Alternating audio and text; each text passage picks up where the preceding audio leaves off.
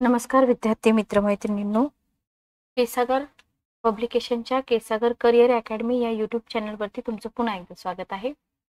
येणारी अपकमिंग राज्यसेवा परीक्षा आपण फोकस करत आहोत. राज्यसेवा परीक्षेसाठी आपण इथं प्रिपरेशन करत आहोत. केसागर पब्लिकेशन तर्फे जिओग्राफी आणि हिस्ट्रीचे सेशन आपले चालू आहेत. तर जिओग्राफी हा जो सब्जेक्ट आहे, जिओग्राफी, एन्व्हायरमेंट, इकॉलॉजी आणि करंट अफेअर्स, जवळजवळ 60 मार्काला तुम्हाला हा सब्जेक्ट विचारला जातो. इन्क्लूड त्याच्यामध्ये करंट अफेअर्स पण करा, नाहीतर तुम्ही म्हणाल की एवढे क्वेश्चन कसे विचारतात. ठीक आहे, ओके. तर जिओग्राफीसाठी आता रिसेंटमध्ये आपण बघितले की जपानमध्ये भूकंप झालेला आहे, बरोबर. तर भूकंप, ज्वालामुखी हे जे टॉपिक आहेत ना, हे आयोगाचे अतिशय आवडते टॉपिक आहेत आणि त्यापैकीच एक टॉपिक आज आपण घेतोय, भूकंप. तर जो कंटेंट आपण घेतलेला आहे ते कंटेंट तुम्हाला या बुकमध्ये मिळेल. प्राकृतिक भूविज्ञान, दाते मॅडमचं हे पुस्तक आहे. मी तुम्हाला प्रत्येक सेशनमध्ये दाखवलंय. याच्यामध्ये तुम्हाला जिओमॉर्फोलॉजी, ओशनोग्राफी आणि क्लायमेटोलॉजी सगळं पुस्तकामध्ये मिळून जाईल. आता लक्षात घ्या, इथे जेव्हा आपण हा टॉपिक स्टार्ट करतो ना, त्याच्या पण अगोदर तुम्हाला बराच पार्ट जो आहे ना, तो पार्ट कव्हर करावा लागतो. कोणता पार्ट कव्हर करावा लागतो तेही मी तुम्हाला सांगते, पण इथं आपण सगळं एकत्र घेऊ शकत नाही. ठीक आहे, ओके. लक्षात घ्या, जेव्हा आपण स्टार्ट करतो की नाही भूरूपशास्त्र, भूरूपशास्त्रामध्ये आपण सुरुवातीला पृथ्वीचा अंतरंग बघतो. त्याच्यामध्ये शिलावरणातील पदार्थ असेल, खडक वगैरे. त्याच्यानंतर भूकवचामध्ये बदल घडवून आणणाऱ्या ज्या शक्ती असतात त्या आपण बघतो आणि त्याच्यानंतर आपण भूकंप आणि ज्वालामुखी हे टॉपिक बघतो. ठीक आहे, ओके.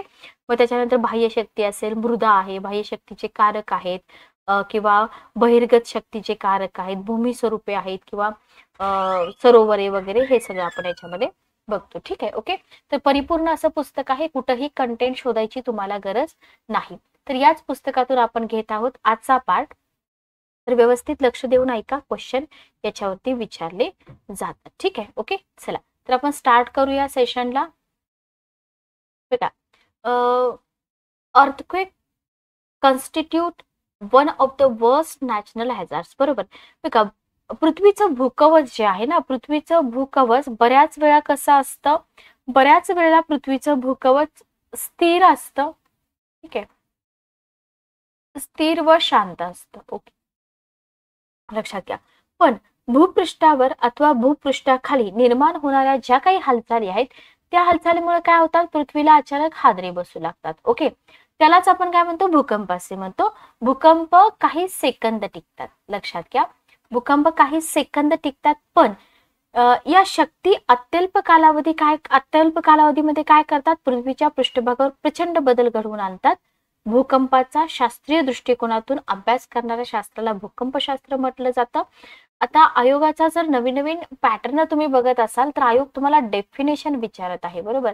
जसं तुम्हाला एन्व्हायरमेंट मध्ये डेफिनेशन विचारली होती, तसं तुम्हाला इथं भूकंपाच्या 2 डेफिनेशन लक्षात ठेवा.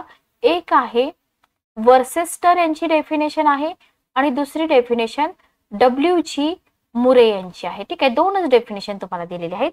वर्सेस्टर काय म्हणतात बघा, भूपृष्ठावरील किंवा भूपृष्ठाखाली असलेल्या खडकांच्या संतुलनात अडथळा निर्माण होऊन भूपृष्ठ कंपायमान होते. ते काय म्हणतात, एकतर भूपृष्ठाच्या खाली ऑब्लिक वरी. ठीक आहे, खडकांच्या संतुलनामध्ये काय होतं, क्षणिक अडथळा निर्माण होतो आणि भूपृष्ठ कंपन पावतं, त्याला भूकंप म्हटलंय.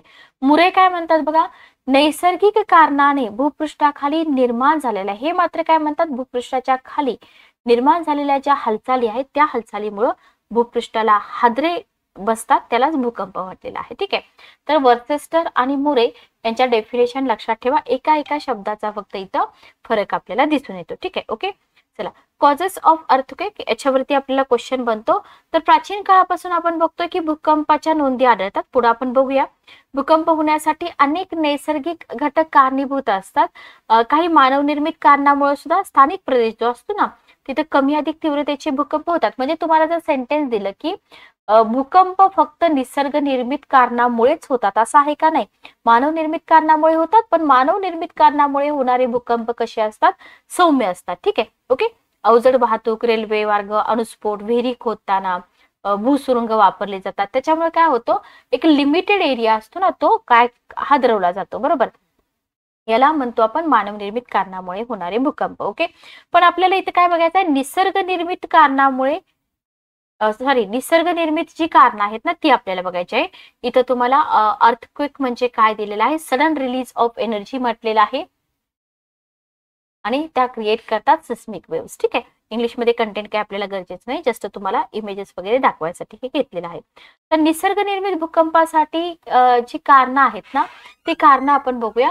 आता इथं जर बघितलं बघा तर भूकंप म्हणजे काय असतो हे समजून घेण्यासाठी आपण एक सिंपल एक्झाम्पल घेऊ शकतो की आपण एक एक एक मोठा असा एक पॉट घेतलेला आहे. ठीक आहे, या पॉट मध्ये पाणी आहे, स्टीलचा पॉट आहे. ठीक आहे, या स्टीलच्या पॉट मध्ये हे पूर्ण पाणी भरलेलं आहे आणि ह्या पाण्यामध्ये तुम्ही काय करताय,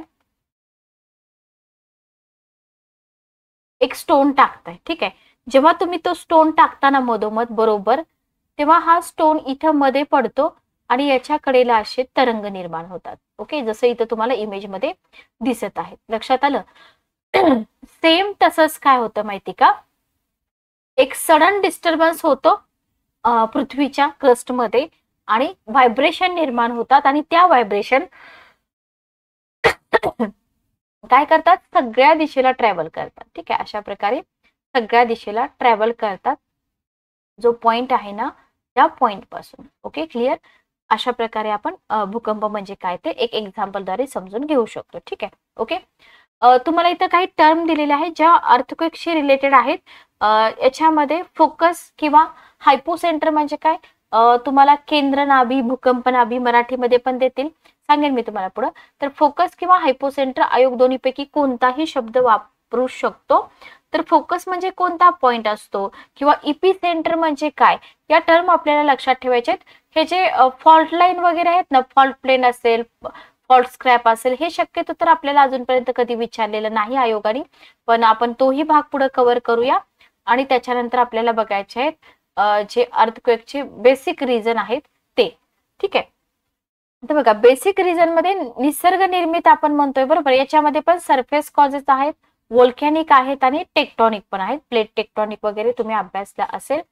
तर इथं जर तुम्ही बघितलं सरफेस कॉज मध्ये, कारण आयोग तुम्हाला याच्यामधून पण क्वेश्चन विचारू शकतं की सरफेस कॉज काय आहेत सांगा, वोल्कॅनिक कॉज म्हणजे काय, टेक्टॉनिक म्हणजे काय. ओके, तर ग्रेट एक्सप्लोशन असेल, लँडस्लाइड असतील, त्याच्यानंतर अजून काय म्हणू शकतो आपण इथं, रेल्वे ट्रेन्स वगैरे, हेवी ट्रक्स, हे मी तुम्हाला आत्ताच सांगितलं बरोबर, किंवा लार्ज मोठे इंजिनिअरिंगचे प्रोजेक्ट असतील, त्याच्यामुळे काय होतं, जो लोकलचा एरिया असतो ना पण इथं लिमिटेड एरिया असतो, लक्षात घ्या. ठीक आहे, ओके, क्लिअर. त्याच्यानंतर व्होल्कॅनिक कॉज जर आपण बघितलं, हे आपल्याला थोडं समजून घ्यायचंय. लक्षात घ्या, पृथ्वीच्या अंतरंगामध्ये निर्माण झालेला रावारस अथवा शिलारस काय होतो, पृथ्वीच्या, नंतर आपण टॉपिक बघणारच आहोत, पृथ्वीच्या पृष्ठभागाकडे येतो. इथं तुम्हाला इमेज दाखवलेली आहे. पृथ्वीच्या पृष्ठभागाकडे येण्याच्या प्रक्रियेला आपण काय म्हणतो, ज्वालामुखी क्रिया असं म्हणतो बरोबर. मग या ज्वालामुखी क्रियेमधून काय होतात, घनरूप, द्रवरूप आणि वायुरूप पदार्थ अत्यंत वेगाने पृथ्वीच्या पृष्ठभागाकडे येतात. ठीक आहे, मग त्यामुळे काय होतं, त्याच्या दाबामुळे पृथ्वीच्या पृष्ठभागाला हादरे बसतात. लक्षात घ्या. ठीक आहे, आणि या प्रकारच्या भूकंपाला आपण काय म्हणतो, या प्रकारच्या भूकंपाला आपण म्हणतो ज्वालामुखीय भूकंप. ठीक आहे, ओके. जपान देशामध्ये आजही अनेक जागृत ज्वालामुखी आहेत. लक्षात घ्या, आता जपानचा जो रिसेंट भूकंप झालेला आहे तर त्या लोकांना सवय म्हणजे असं आपण म्हणू शकत नाही, पण त्यांना सवय आहे की त्यांनी भूकंप वारंवार बघितलेले आहेत. कारण का माहिती का, त्या देशामध्ये अजूनही जागृत ज्वालामुखी आहे. ओके, लक्षात ठेवा. आणि इथं भूकंपाचं प्रमाण जास्त आहे, कारण का, तुम्हाला विधान आणि कारण मध्ये क्वेश्चन विचारला जाऊ शकतो. तर जपान या देशात आजही अनेक जागृत ज्वालामुखी असल्यामुळं ज्वालामुखीय भूकंपाचं प्रमाण तिथे जास्त आहे. आणि या भूकंपाची तीव्रता ज्वालामुखीची तीव्रता जशी असेल ना त्याच्यावरती डिपेंड करते. भूकंपाचा परिणाम जो असतो तो 160 ते 240 किलोमीटरच्या परिसरावर होतो. पण काही वेळा जे भूकंप असतात तीव्र पण असतात, जसं की 1883 मध्ये क्राकाटोवा बेटावर भूकंपाचे हादरे जे आहेत ना ते 12,800 किलोमीटर दूर असलेल्या केप हॉर्न, एक द्वीपकल्प आहे अमेरिकेमध्ये, तिथे सुद्धा बसले होते. म्हणजे विचार करा. ठीक आहे, ओके. तर हे एक रिझन झालं. दुसरं रिझन आहे प्रस्तरभंग. ठीक आहे, मराठीमध्ये पण लक्षात ठेवा. एकच मिनिट थांबा. तर दुसरा रिझन आहे प्रस्तरभंग. इथंच एक्सप्लेन करते मी तुम्हाला टेक्टोनिक पॉझेसच्या इथंच. ठीक आहे. बघा, पृथ्वीच्या अंतरंगामध्ये काय होतं माहिती का? पृथ्वीच्या अंतरंगात निर्माण झालेल्या आणि होरिझॉन्टल म्हणजे आडव्या दिशेत कार्य करणारी जी शक्ती आहे ना, तर त्या आडव्या दिशेत कार्य करणाऱ्या शक्तीच्यामुळे काय होतं, भूपृष्ठावरील किंवा भूकवचातील जे खडक असतात ना, खडकावरती काय होतं, दाब आणि ताण निर्माण होतो आणि जे भ्रंश असतात ना, भ्रंश किंवा प्रस्तरभंग याची निर्मिती होते. ठीक आहे. ओके. किंवा भ्रंश रेषेची निर्मिती होते असं तुम्ही म्हणा. आणि या ज्या भ्रंश रेषा असतात ना, ह्या दोन्ही बाजूकडील खडक काय करतात, वर ऑब्लिक खाली सरकवतात. यालाच प्रस्तरभंग असं म्हणतो. बरोबर. मग प्रस्तरभंगाच्या वेळी काय होतं माहिती का? खडकाचे जे थर असतात ना, तर या खडकाच्या थरामध्ये हालचाल होते आणि त्याच्यामुळं जे भूपृष्ठ आहे त्या भूपृष्ठाला हादरे बसतात आणि या प्रकारच्या भूकंपाला काय म्हणतात, भ्रंशमूलक भूकंप असं म्हटलं जातं. लक्षात ठेवा. आणि हे असे जे भूकंप असतात ना, तुम्हाला क्वेश्चन येऊ शकतो, ज्वालामुखीय भूकंप असतील, भ्रंशमूलक भूकंप असतील, यापैकी कोणते भूकंप जास्त हानिकारक असतात? तर हे जे भ्रंशमूलक भूकंप असतात ना, ते जास्त हानिकारक असतात. कारण का? रिझन पण आपल्याला माहित पाहिजे. त्यांचं जे प्रभाव क्षेत्र आहे ते मोठं असतं. भारतातील आसाम राज्यामध्ये 15 नोव्हेंबर 1950, बिहार राज्यामध्ये 1943 मध्ये झालेले जे भूकंप होते ते प्रस्तरभंगामुळे झालेले होते. ठीक आहे. ओके. हे झालं दुसरं रिझन. तिसरं रिझन पण मी तुम्हाला इथे सांगते. तिसरं रिझन आहे खनिजांचं पुनर्स्फटिकरण. ठीक आहे. तिसरं एक रिझन आहे इथं, तेही आपल्याला लक्षात ठेवायचं आहे, खनिजांचं पुनर्स्फटिकरण. आता हे काय असतं बघा, इथे लिहिते मी. तर पृथ्वीचं जे अंतरंग आहे त्याच्यामुळं जो वाढणारा दाब आहे आणि जे टेम्परेचर आहे, बरोबर, याच्यामुळे काय होतं, याच्यामध्ये जर बदल झाला, ठीक आहे, पृथ्वीच्या अंतरंगामध्ये याच्यामुळे जर बदल झाला, अचानक बदल झाला, तर काय होतं, जे खनिजे आहेत ना, खनिजांची मूळ रासायनिक स्वरूप आहे ना, ते बदललं जातं. बरोबर. त्याच्यामुळे दाब अथवा तणावात्मक हालचाली निर्माण होतात आणि भूपृष्ठाला हादरे बसतात. याला म्हटलं जातं पातालीय भूकंप. ठीक आहे. याला काय म्हटलं जातं, पातालीय भूकंप. ओके. जे भूगर्भशास्त्रज्ञ असतात ना, किंवा भूगर्भशास्त्राचा अभ्यास करणारे, तर ते मानतात की अशा प्रकारचे भूकंप 240 ते 675 किलोमीटर खोलीवरील खडकात निर्माण होणाऱ्या ज्या हालचाली आहेत ना, त्याच्यामुळे होतात. ओके. क्लिअर? इथपर्यंत क्लिअर झालं. याच्यानंतर महत्वाचा पार्ट आहे तो म्हणजे समस्थायित्व सिद्धांत. असं नवीन नवीन कंटेंट आयोगाकडनं विचारलं जाऊ शकतं. समस्थायित्व सिद्धांत. ठीक आहे. काय आहे हा समस्थायित्व सिद्धांत? तर लक्षात घ्या, पृथ्वीच्या पृष्ठभागावरती पर्वत, पठारे, मैदाने, दऱ्यांची निर्मिती होते. बरोबर. आणि पृथ्वी पृष्ठभागाचा जो बॅलन्स आहे तो राखला जातो. ओके. यालाच काय म्हटलं जातं, समस्थायित्व. बघा, आपण काय करतो माहिती का, आपण फक्त नाव बघतो पण त्याच्यावरती विचार करत नाही. तर यालाच म्हटलं जातं समस्थायित्वाचं समायोजन. पण होतं काय माहिती का, पृथ्वीच्या पर्वतीय प्रदेशातील जे वाहतं पाणी असेल, वारा असेल, हिमनद्या, या बाह्यकारकामुळे काय होतं, यांची झीज होते. ओके. त्याच्यामुळे पर्वत प्रदेश काय होतात, हलके होऊन त्या ठिकाणचा दाब कमी होतो. बरोबर. मग याच्या उलट पर्वतीय प्रदेशाच्या झालेल्या झीजेमुळे निर्माण होणारा जो गाळ आहे ना, तो गाळ मैदानी प्रदेश, दर्या, सागर तळावर संचयित होतो. त्याच्यामुळे त्या प्रदेशाचा दाब वाढतो.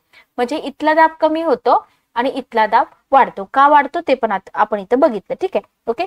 बघा, क्लायमेटोलॉजी मध्ये टेम्परेचर आणि प्रेशरचं जे रिलेशन आहे ना, त्याला फार इम्पॉर्टन्स आहे. आता इथं जेव्हा प्रेशर वाढतं त्यामुळे काय होतं, त्याचं जे पूर्वीचा जो बॅलन्स आहे ना, आपण जो समस्थायित्वाचा सिद्धांत बघतोय, तर हा बॅलन्स बिघडतो आणि भूपृष्ठाला हादरे बसतात. याच्यामुळे काय होतं, किंवा या प्रकारे होणाऱ्या भूकंपाला आपण काय म्हणतो, समस्थायित्व भूकंप असं म्हणतो. हे सगळं कंटेंट तुम्हाला पुस्तकामध्ये मिळून जाईल आणि एवढं सगळं कंटेंट तुम्हाला एका ठिकाणी कुठंच नाही मिळणार, हे लक्षात ठेवा. तर इथं झाले तुमचे 5 रिझन. ठीक आहे. 6वं रिझन पण आहे जे मी नेक्स्ट स्लाइड वरती घेते. 6वं रिझन काय आहे बघा, नंतर आपण हे वेव्ज वगैरे बघूया. तर 6वं रिझन आहे खडकांचे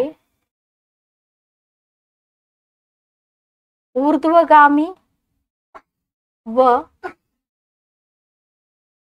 अधोगामी स्थलांतर. ठीक आहे, ओके. बघा, पृथ्वीच्या पृष्ठभागावरती जर आपण बघितलं तर काय होतं, पृथ्वीच्या पृष्ठभागावरती एखाद्या ठिकाणी गाळाचं संचयन होऊन संतुलन बिघडतं, हे आपण पाठीमागे बघितलं, बरोबर. मग भूपृष्ठावरील गाळाच्या अथवा इतर पदार्थांच्या अत्याधिक संचयनामुळे काय होतं, जे भूकवच आहे ना, तर त्या भूकवचावरती दाब पडतो. ओके, दाब पडून काय होतं, भूकवचाखाली असणारे जे खडक असतात ना, या प्रेशरमुळे ते खडक तुटतात. मग ह्या तुटलेल्या खडकांचं काय होतं, पहिल्यांदा अधोगामी दिशेनं ते दाबले जातात, बरोबर. आणि ऊर्ध्वगामी अधोगामी, वरच्या साईडनं खालच्या साईडनं, बरोबर. परंतु काय होतं, खडकाच्या खालच्या थराकडून काय होतं, इथं पुन्हा प्रतिबल निर्माण होतं. त्याच्यामुळे पुन्हा हे तुकडे काय होतात, वरच्या दिशेने जातात, ऊर्ध्वगामी दिशेने, बरोबर. मग हे अशा तुटलेल्या खडकांच्या ऊर्ध्वगामी आणि अधोगामी स्थानांतरामुळे काय होतं, वरती जातात, खाली येतात, बरोबर. याच्यामुळे काय होतं, हादरे बसतात. ओके, आणि या भूकंपांना म्हटलं जातं ऊर्ध्वगामी अधोगामी भूकंप. ठीक आहे, अशा प्रकारचे भूकंप घडवून आणणाऱ्या हालचाली भूपृष्ठापासून 80 ते 800 किलोमीटर खोलीवरती खडकामध्ये घडतात. ठीक आहे, ओके, क्लिअर. त्याच्यानंतर 6वं रिझन आहे, आपण बघतोय निसर्ग निर्मित कारण भूकंप घडण्या पाठीमागची. भूगर्भामध्ये जे तप्त वायू आहेत ना, तप्त वायू, तर तेही एक रिझन आहे. तुम्ही जसं भूपृष्ठावरील पाणी खडकामध्ये झिरपताना बघता, बरोबर. पण पृथ्वीच्या अंतरंगामध्ये तुम्ही जसं जसं खोल जाल तस तसं काय होतं, टेम्परेचर वाढत जातं, हे आपण बघितले. मग हे जे वाढणारं टेम्परेचर आहे ना, याच्यामुळे काय होतं, हे जे पाणी झिरपलेलं आहे हे पाणी तसंच राहील का, नाही, या पाण्याची वाफ होईल, बरोबर. आणि या वाफेजवळ निर्माण झालेली शक्ती काय होते, पृथ्वीच्या पृष्ठभागाकडे येण्याचा प्रयत्न करते. त्याच्यामुळे पृथ्वीच्या पृष्ठभागाला धक्के बसतात आणि होतो भूकंप. 7 रिझन झाले. 8वं रिझन पण बघा, 8वं रिझन आहे अभिसरण प्रवाह. अभिसरण प्रवाह. ठीक आहे, ओके. लक्षात घ्या, स्टेट बोर्ड मध्ये जे कंटेंट आहे ते बेसिक लेवलचं आहे, सगळ्याच विद्यार्थ्यांना येणार आहे. पण अशा प्रकारचा जर क्वेश्चन आला तर तुम्हाला उत्तरं आली पाहिजेत. पृथ्वीच्या अंतरंगातील विविध प्रकारची जी किरणोत्सर्गी मूलद्रव्ये असतात ना, किरणोत्सर्गी, त्याचं काय होतं, अणुविघटन होतं, बरोबर. मोठ्या प्रमाणावर आपल्याला माहिती की अणुविघटनामध्ये मोठ्या प्रमाणावर उष्णता निर्माण होते आणि ही निर्माण झालेली उष्णता अभिसरण प्रवाहाद्वारे पृथ्वीच्या पृष्ठभागाकडे प्रवाहित होते. त्याच्यामुळे पण पृथ्वीच्या पृष्ठभागाला हादरे बसतात आणि भूकंप घडून येतो. ठीक आहे, ओके. आणि भूकवचाचं आकुंचन पुढचं रिझन आहे, हे थोडंसं क्लिअर करूया आपण आणि पुढचं रिझन पण आपण इथं डिस्कस करूया. ठीक आहे, बघा, नेक्स्ट रिझन आहे भूकवचाचं आकुंचन. पृथ्वी उत्पत्तीचे सिद्धांत तुम्ही अभ्यासले असतील, आयोग नेहमी विचारतो क्वेश्चन. तर पृथ्वीच्या उत्पत्तीच्या वेळी पृथ्वी कोणत्या स्थितीमध्ये होती, गॅसियस थेरी तुम्ही अभ्यासली असेल, वायुरूप स्थितीमध्ये होती, बरोबर. त्याच्यानंतर काय झालं, तप्त अशा पृथ्वीपासून उष्णतेचं उत्सर्जन चालू झालं, बरोबर. एक अमेरिकन भूगर्भशास्त्रज्ञ आहेत डॅना, यांच्या मते पृथ्वीपासून उष्णतेचे उत्सर्जन सतत होत असल्यामुळे पृथ्वीचा पृष्ठभाग जो आहे ना, तो आकुंचन पावत आहे, बरोबर. मग जेव्हा आकुंचन पावताना तेव्हा काय होतं, ताण पडतो खडकांवरती. ओके, तणावात्मक हालचाली निर्माण होतात खडकामध्ये आणि भूकंप होतात. पण अनेक शास्त्रज्ञ काय म्हणतात माहिती का, पृथ्वीकडून उष्णतेचं उत्सर्जन होत असलं तरी अंतरंगामध्ये जे किरणोत्सर्गी पदार्थ आहेत ना, अणुविघटन होतं, नवीन उष्णता निर्माण होऊन जी जागा आहे ना उष्णतेची, जी भरपाई होते, बरोबर. म्हणजे डॅना यांचा जो निष्कर्ष सांगितलेला आहे ना, तो इथं चुकीचा आहे, बरोबर. त्याच्यानंतर पुढचं रिझन आहे मोठी धरणे. 10वं रिझन, आपल्याला माहिती, आपण मोठे मोठे जलसिंचनासाठी धरण पाणी साठा करण्यासाठी वापरले जातात. पण इथे काय होतं, पाणी पाजण्याची क्षमता वाढते, बरोबर. पाठीमागे जसं आपण बघितलं, पाणी झिरपलं जातं, खाली टेम्परेचर जास्त असतं, मग पाण्याची वाफ होते, वाफ झाल्यामुळे काय होते, तप्त वायू निर्माण होतात, बरोबर. महाराष्ट्रामध्ये कोयना धरण असेल, चीनमधील 3 गॉर्जेस प्रकल्प असेल, याच्यामुळे काय झाले, भूकंपाची शक्यता वाढली, बरोबर. पण याच्यामध्ये पण मतभिन्नता आहेत. तर हे सगळे झाले भूकंपाचे रिझन, लक्षात घ्या. तर हे अंदाज आहेत, म्हणजे ह्याच्यामुळे भूकंप होतात हे असे अंदाज आहेत, लक्षात आलं, क्लिअर. चला, आता याच्यानंतर आपण बघतोय की भूकंप नाभी आणि भूकंप लहरी म्हणजे काय? क्लिअर?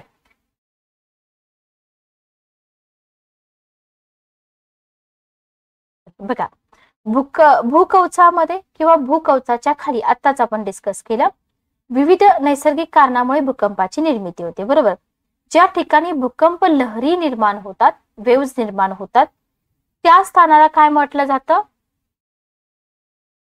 भूकंप नाभी असं म्हटलं जातं. ठीक आहे, ओके, क्लिअर? तर एवढं सोपं तर आपल्याला विचारतील नाही, लक्षात घ्या. भूकंप केंद्रापासून निघणाऱ्या भूकंप लहरी त्या भूकंप केंद्राच्या अगदी वर असलेल्या पृष्ठभागाच्या जो भाग असतो ना तिथं सर्वात आधी पोहोचतात. म्हणजे भूकंप केंद्राच्या अगदी वर असलेलं जे, एक मिनिट मी तुम्हाला इथे काढून दाखवते, कुठं पोहोचतात बघा अगोदर. ठीक आहे, हा एक ट्रायंगल आपण काढतोय समजून घेण्यासाठी तुम्हाला. ठीक आहे, बघा इथं तुम्हाला आहे भूकंप केंद्र, हे जे दिसतंय ना हे आहे भूकंप केंद्र. ठीक आहे, हा जो डॉट दिसतो हे भूकंप केंद्र आहे. आणि हा जो वरचा सरफेस दिसतोय ना, इथं आपण पेन चेंज करू म्हणजे लक्षात येईल, इथं सर्वात आधी पोहोचतात. ठीक आहे, डायरेक्ट वरच्या बाजूला सर्वात आधी पोहोचतात. ओके, इपी सेंटर असं म्हणतो आपण. ठीक आहे, आणि मग बाकीचे इतर दिशांना जात राहतात. Okay, clear? तर इथून ज्या निघणाऱ्या भूकंप लहरी आहेत ना, या भूकंप लहरी या भूकंप केंद्राच्या अगदी वर असलेल्या पृष्ठाच्या सर्वात अगोदर पोहोचतात. भूकंप केंद्राच्या अगदी वर असलेल्या भूपृष्ठावरील या केंद्राला भूकंपाचे काय म्हटलं जातं? बाह्य केंद्र म्हटलं जातं. हे आतलं केंद्र, हे बाहेरचं केंद्र. ठीक आहे, मग भूकंप झाल्यावर भूकंप लहरी सर्वात प्रथम भूपृष्ठावरील कुठं पोहोचतात? बाह्य केंद्राजवळ पोहोचतात, बरोबर. त्याच्यानंतर जो हा आजूबाजूचा पृष्ठभाग आहे ना तिथं पोहोचतात, बरोबर. जसं मी तुम्हाला पाण्यातल्या खड्याचं एक्झाम्पल दिलं होतं ना, सेम तसं. मग निरनिराळ्या ठिकाणी होणाऱ्या भूकंपाची जर तुम्ही नोंद केली तर सर्वात अगोदर जिथं भूकंप झालेला आहे, जिथं बाह्य केंद्र आहे ते ठिकाण, बरोबर. म्हणजे नकाशावर समान वेळेला भूकंप झाल्याची ठिकाणे जर तुम्ही एका सरळ रेषेने जोडली तर याला काय म्हटलं जातं माहिती का? सहकंप रेषा म्हटलं जातं. जसं आपल्याला समदाब रेषा, समभार रेषा विचारतात ना, तसं याला म्हटलं जातं सहकंप रेषा. ठीक आहे, ओके, क्लिअर? आय होप तुम्हाला इथपर्यंत क्लिअर झाला असेल. ठीक आहे, नेक्स्ट आपण बघूया सहकंप रेषा. ठीक आहे, बघा आता याच्यानंतर आपण पुढे बघूया. पुढे आपल्याला काय दिलेलं आहे बघा, की भूकंपाच्या बाह्य केंद्राच्या ठिकाणी इथं जर तुम्ही बघितले ना, भूकंपाची तीव्रता कशी असते? भूकंपाची तीव्रता जास्त असते, बरोबर. पण भूकंपाच्या बाह्य केंद्रापासून म्हणजे हे जे केंद्र आहे ना, या केंद्रापासून तुम्ही जसं जसं दूर जाता तसतसं काय होतं? भूकंपाची तीव्रता कमी होत जाते, बरोबर. भूकंप झालेल्या प्रदेशाच्या नकाशावर भूकंपाची तीव्रता समान असणारी ठिकाणी सहकंप रेषेने जोडली जातात, आताच आपण बघितलं. आणि सहकंप रेषांचा जो केंद्रबिंदू असतो ना, हे भूकंपाचं बाह्य केंद्र असतं, लक्षात ठेवा. ओके, सिस्मोग्राफ वगैरे याच्यावरती आपल्याला क्वेश्चन विचारत नाहीत, रिश्टर स्केल वरती पण क्वेश्चन विचारत नाहीत. क्वेश्चन विचारतात waves produced due to earthquake. तर या भूकंपामुळे निर्माण झालेल्या ज्या भूकंप लहरी आहेत त्याच्यावरती क्वेश्चन विचारले जातात, लक्षात घ्या. जेव्हा भूकंपाचा उद्रेक होतो ना, तर या भूकंपाचा उद्रेक झाल्यानंतर भूकंपाच्या विक्षोभ स्थानापासून काय होतं? भूकंपाच्या विक्षोभ स्थानापासून याच्या भूकंप लहरी आहेत ना, या भूकंप लहरी बाहेर पडतात. ठीक आहे, त्याच्यानंतर बाह्य केंद्राजवळ सगळ्यात आधी पोहोचतात, सर्व दूर पसरतात. याच्यावरून 3 प्रकार पडतात. किती प्रकार पडतात? 3 प्रकार पडतात. ठीक आहे, जस्ट एक मिनिट थांबा. 3 प्रकार पडतात. त्याच्यामध्ये प्राथमिक लहरी, इथं थोडंसं वेगळं पण तुम्हाला डिस्ट्रीब्युशन दिलेलं आहे, तेही आपण बघूया. प्राथमिक लहरी, दुय्यम लहरी आणि भूपृष्ठ लहरी. ठीक आहे, ओके. बघा इथे तुम्हाला seismic waves produced due to earthquake are basically इथे 2 मेजर टाइप देत बघा. काही ठिकाणी 2 देतात, काही ठिकाणी 3 देतात. इथे बॉडी वेव्स आणि सरफेस वेव्स दिले, हेही तुम्ही लक्षात ठेवा, काहीच प्रॉब्लेम नाही. आणि जे आपलं कॉमन कंटेंट आहे प्राथमिक दुय्यम तेही आपण बघूया. ठीक आहे, ओके. तर इथे तुम्हाला बॉडी वेव्स म्हटलेलं आहे आणि बॉडी वेव्स मध्ये पुन्हा आपण पी वेव्ह, एस वेव्ह अशा प्रकारे बघतो बरोबर, प्राथमिक, दुय्यम आणि surface wave.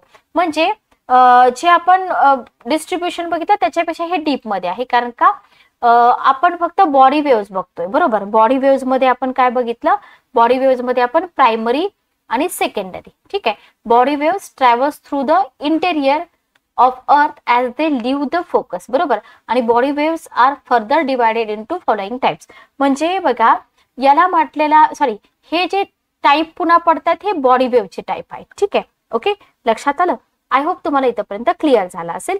P wave, S wave आणि सरफेस वेव्ह लक्षात ठेवा. आता हे एक एक करून आपण व्यवस्थित बघूया. तर इथं जर आपण बघितलं तर प्राथमिक लहरी ज्याला आपण प्रायमरी वेव्स म्हणतो, भूकंप निर्माण झाल्यावर भूकंप लहरी भूकंपाच्या केंद्रापासून, लक्षात घ्या, भूकंपाच्या केंद्रापासून एका सरळ रेषेत भूपृष्ठाकडे प्रवास करतात. बघा सरळ रेषेमध्ये भूपृष्ठाकडे प्रवास करतात यांना म्हटलेलं आहे प्रायमरी वेव्स किंवा प्राथमिक लहरी बरोबर. या लहरींना कर्षण, अपकर्षण अथवा अनुलंब लहरी लक्षात ठेवा बरं का. यालाच काय म्हटलं जातं मराठीमध्ये, कर्षण, अपकर्षण आणि कर्षण, अपकर्षण किंवा काय म्हटलं जातं याला, यालाच म्हटलं जातं अनुलंब लहरी, ठीक आहे. ऑब्लिक अनुलंब लहरी. ओके, क्लिअर, असं म्हटलं जातं. मग ह्या ज्या प्राथमिक वेव्स असतात ना किंवा कर्षण, अपकर्षण, अनुलंब लहरी असतात ना, तर या कर्षण, अपकर्षण, अनुलंब लहरीमुळे काय होतं तर यांचा वेग इतर लहरींपेक्षा जास्त असतो बरोबर. ध्वनी लहरीसारख्या दर सेकंदाला 5 किलोमीटर वेगानं प्रवास करतात आणि कठीण खडकाच्या थरातून तसेच जास्त घनतेच्या खडकामधून त्या प्रवास करताना काय होतो त्यांचा वेग वाढतो. अतिशय कठीण असणाऱ्या खडकातून या लहरी सेकंदाला 8 ते 14.5 किलोमीटर वेगाने प्रवास करतात, ठीक आहे. तर ही इन्फॉर्मेशन आपण बघितली प्रायमरी वेव्हची, लक्षात ठेवा. ओके, सेकंडरी वेव्स बघूया. सेकंडरी वेव्स काय आहेत इथे तुम्हाला दिलेले आहेत सेकंडरी वेव्स. तर सेकंडरी वेव्स मध्ये आपल्याला इन्फॉर्मेशन काय लक्षात ठेवायची, दुय्यम लहरी प्रवासाच्या दिशेशी काटकोन करून पुढे जातात, ठीक आहे. लक्षात घ्या कशा जातात, काटकोन करून पुढे जातात. इथे तुम्हाला वरती आणि खाली असा हालचाल असते त्यांची. कशा असतात, प्रकाश लहरीप्रमाणे, या ध्वनी लहरीप्रमाणे, या प्रकाश लहरीप्रमाणे, ठीक आहे. ओके, द्रव पदार्थातून या लहरी प्रवास करतात का नाहीत करत हे सगळं स्टेट बोर्ड मध्ये दिलंय. दुय्यम लहरींचा वेग प्राथमिक लहरींच्या किती असतो, निम्मा असतो बरोबर. पण दुय्यम लहरी कशा असतात, विध्वंसक असतात, लक्षात ठेवा. बाकी तुम्हाला इथं एक आपण डायग्राम काढूया, लक्षात येईल बघा तुमच्या. बघा पी वेव्स, ठीक आहे. ओके, एस वेव्स आणि त्याच्यानंतर ज्या अशा प्रकारच्या वेव्स बनतात ना त्या वेव्स पण आपल्याला पुढे अभ्यासायचं आहे, ठीक आहे. ओके, एल वेव्स म्हटलं जातं या, लक्षात ठेवा. एवढी साधी सिंपल एक डायग्राम तुम्हाला लक्षात ठेवायची, सिंपल डायग्राम लक्षात ठेवायची, ठीक आहे. क्लिअर, चला त्याच्यानंतर आहेत सरफेस वेव्स. याही तुम्हाला इथं दिलेल्या आहेत सरफेस वेव्ह. सरफेस वेव्स कशा असतात बघा, प्राथमिक आणि दुय्यम लहरी भूकंपाच्या बाह्य केंद्रापासून वरती पोहोचल्यावर काय होतं, या सरफेस वेव्हची निर्मिती होती. यांची निर्मिती सरफेस वरती होते बरोबर. सागराच्या लाटा कशा असतात दाखवलेत बघा, सागराच्या लाटा तशा असतात. या भूपृष्ठापासून अधिक खोलीवर प्रवास करू शकतात का नाहीत करू शकत. दर सेकंदाला वेग किती असतो, 3.2 किमी. पण या लहरींचा आयाम उच्च असतो, त्याच्यामुळं जर तुम्हाला पी वेव्ह, एस वेव्ह आणि सरफेस वेव्ह या तिन्ही मध्ये कंपॅरिझन करून जर विचारलं की या तिन्ही वेव्स पैकी कोणत्या वेव्ह सर्वाधिक विनाशकारी असतात, तर या असतात सर्वाधिक विनाशकारी, ज्याला आपण सरफेस वेव्स म्हणतो, ठीक आहे. तर अशा प्रकारचे कॉन्सेप्च्युअल क्लिअरिटी जर आपली असेल तर पेपर किती पण डिफिकल्ट येऊ द्या उत्तरं येतात, ठीक आहे. बाकी तुम्हाला भूकंपाचे परिणाम वगैरे काहीही करायची गरज नाही, किंवा आग लागणे असेल, नद्यांना महापूर असेल, भूपृष्ठाला भेगा पडणे, साथीचे रोग वगैरे हे असलं काहीही करू नका. त्याच्यानंतर तुम्हाला काय करायचं आहे लक्षात घ्या, भूकंपाचं वितरण फक्त आपल्याला बघायचंय बरोबर, भूकंपाचं वितरण, ठीक आहे. याच्यामध्ये आपल्याला बघा जसं आपण भूकंपाचे महत्वाचे 2 पट्टे आपण अभ्यासतो. पॅसिफिक महासागराभोवतालचा पट्टा, त्याच्या आधी आपण इथं प्रायमरी वेव्हज आणि सेकंडरी वेव्हज यांच्यातला थोडक्यात डिफरन्स आपण बघूया. सगळं मी तुम्हाला एक्सप्लेन केलंय. इथं हाय फ्रिक्वेन्सी आहे, इथंही हाय फ्रिक्वेन्सी, शॉर्ट वेव्हलेंथ आहे, इथं शॉर्ट वेव्हलेंथ, इथं लॉंगिट्युडनल वेव्हज आहेत, त्या ट्रान्सफर्स आहेत. मराठी इंग्लिश कसंही विचारत्या. Pass through both solid and liquid म्हटलंय, पण या लिक्विड मधून पास होत नाहीत. बॅकवर्ड म्हटलेलं आहे, इथं ऑल डायरेक्शन म्हटलेलं आहे. पी वेव्ह फास्टर असतात, एस वेव्ह मोर स्लोअर दॅन पी वेव्ह. ठीक आहे, पहिल्यांदा पी वेव्हज येतात आणि नंतर एस वेव्हज येतात. साधं सिंपल तुम्हाला दिलेलं आहे. सरफेस वेव्हज पुन्हा तुम्हाला इथे दाखवलेले आहेत. सरफेस वेव्हचे पुन्हा 2 टाईप पडतात बघा, जे तुम्हाला कुठल्याच पुस्तकामध्ये दिले जात नाहीत, पण इथं दिलेले आहेत. लव वेव्हज म्हटलं जातं याला आणि रेलिंग्स वेव्हज असं म्हटलं जातं. ठीक आहे, लक्षात ठेवा. ओके, चला याच्यामध्ये तुम्हाला तर एक जनरल इन्फॉर्मेशनचा एक तक्ता मी इथे टाकलेला आहे. लक्षात ठेवा, आयोग असे क्वेश्चन विचारतं. आपल्या भारतामध्ये सप्टेंबर 1993 ला लातूरला भूकंप झाला होता. स्केल होती 6.3. लार्ज एरिया होता. डॅमेज वगैरे किती झाले हे नका करू तुम्ही, फक्त डेट आणि ठिकाण. मे 22, 1997 ला भूकंप झाला होता जबलपूर. ठीक आहे, 6.0 स्केल. मार्च 29, इथं महाराष्ट्र करू नका, इथं चुकीचं आहे. मार्च 29, 1999 नंदप्रयागला झाला होता 6.8. सगळ्यात मोठा भूकंप झाला होता 2001 मध्ये भुजला, गुजरातला 7.8. ठीक आहे, म्हणजे हे इयर तरी लक्षात ठेवा तुम्ही. आणि 2005 ला झाला होता पाक ऑक्युपाइड काश्मीर 7.4 स्केलचा. Okay, clear. चला पुढे जाऊया. पुढे आपल्याला आणखी थोडीशी इन्फॉर्मेशन घ्यायची आहे, लक्षात ठेवा. तर इथं आपल्याला भूकंपाचं जे जागतिक वितरण आहे ना, जागतिक वितरणामध्ये तुम्हाला ना जो पॅसिफिक महासागराभोवतालचा पट्टा आहे,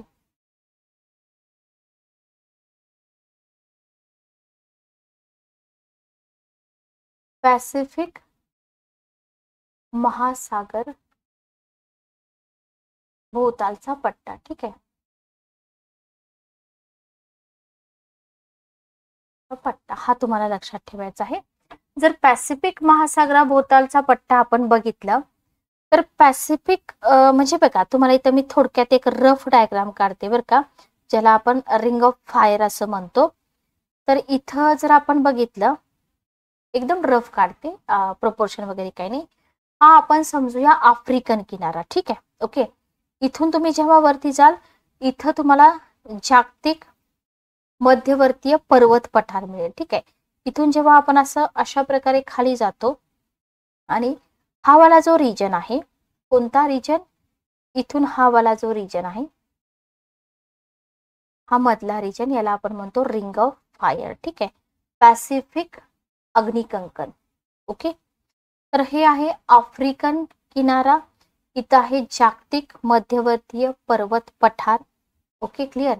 आणि हा आहे पॅसिफिक अग्निकंकण. Okay, clear.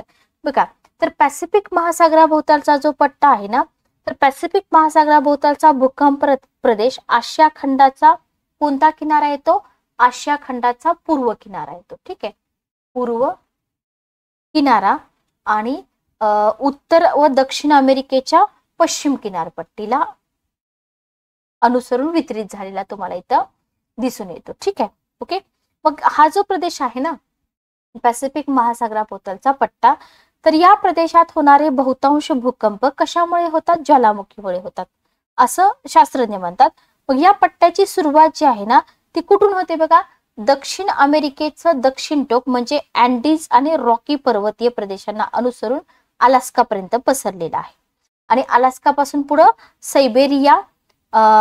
सैबेरिया येथील जपान बेटे असतील, फिलिपाईन्स आहे, न्यू गिनी आहे, न्यूझीलंड आहे, या बेटांवर कुठं वळेल आहे, अंटार्क्टिकाकडे वळेल आहे. ठीक आहे, मग या भूकंपाच्या पट्ट्यातील जपान या देशाला काय म्हटलं जातं, भूकंपाचा देश म्हटलं जातं. लक्षात ठेवा, जपानमधील नवनिर्मित पर्वतरांगा पॅसिफिक महासागरातील खोल प्रदेशांच्या सीमावर्ती भागामध्ये काय होतात, सतत जास्त तीव्रतेचे भूकंप होतात. ठीक आहे, ओके. म्हणजे जगातील सर्वात जास्त तीव्रतेचे अति हानिकारक भूकंप जपानमध्ये एक बेट आहे हंशू बेट, त्या हंशू बेटावरती झालेले आहेत. ठीक आहे, झालेले किंवा होतात असं म्हणा.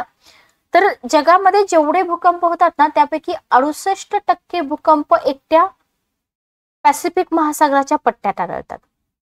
1 सप्टेंबर 1923 रोजी जपानमधील टोकियो येथे 2 तास 20 मिनिटे दीर्घ कालावधीचा भूकंप झाला होता, अतिविनाशकारी. Okay, clear. तर हा झाला पहिला पट्टा. दुसरा पट्टा पण मी इथे तुम्हाला एक्सप्लेन करते. दुसरा पट्टा आहे मध्य अटलांटिक. मध्य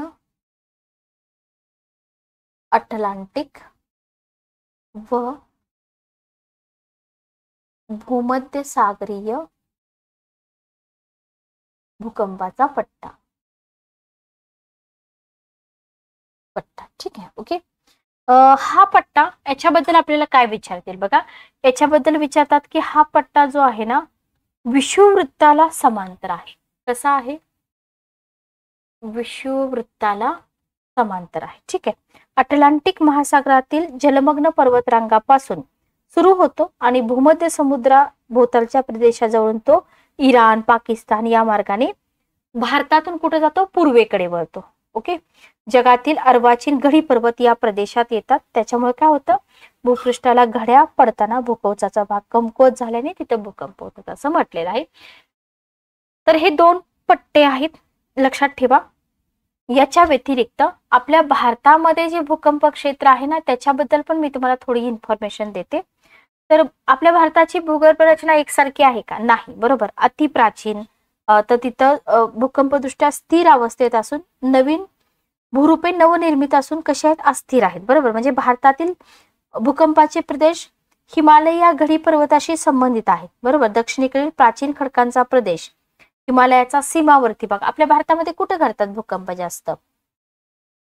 बरोबर. किंवा नर्मदा नदीच्या उत्तरेकडील हिमालय पर्वताचा माथा असेल, जम्मू काश्मीर, कुमाऊ टेकड्या, आसाम, बिहार, वेस्ट बेंगॉल, कच्छ परिसर. इथं भूकंपाची वारंवारिता जो दक्षिण भाग आहे ना त्या दक्षिण भागापेक्षा जास्त आहे. दक्षिण भारत, ज्याला आपण द्वीपकल्पीय पठार, आपण खूप नशिबान आहोत. म्हणजे आपण पेनिन्सुलर इंडियाच्या साऊथ साइडला राहतो. इथं भूकंप कमी होतात, सुरक्षित ठिकाण आहे. बरोबर. पण 1967 ला कोयना नगरचा भूकंप, किल्लारी उमरगा भूकंप, त्याच्यामुळं दक्षिण भाग सुद्धा सुरक्षित नाही असं मानलं जातं. तर हा होता आपला इम्पॉर्टंट टॉपिक भूकंप. याच्या पलीकडे पण काही कंटेंट आहे ते आपण क्वेश्चन आन्सर फॉर्मॅट मध्ये घेऊया. तर भेटूया नेक्स्ट सेशन मध्ये. Good day, take care.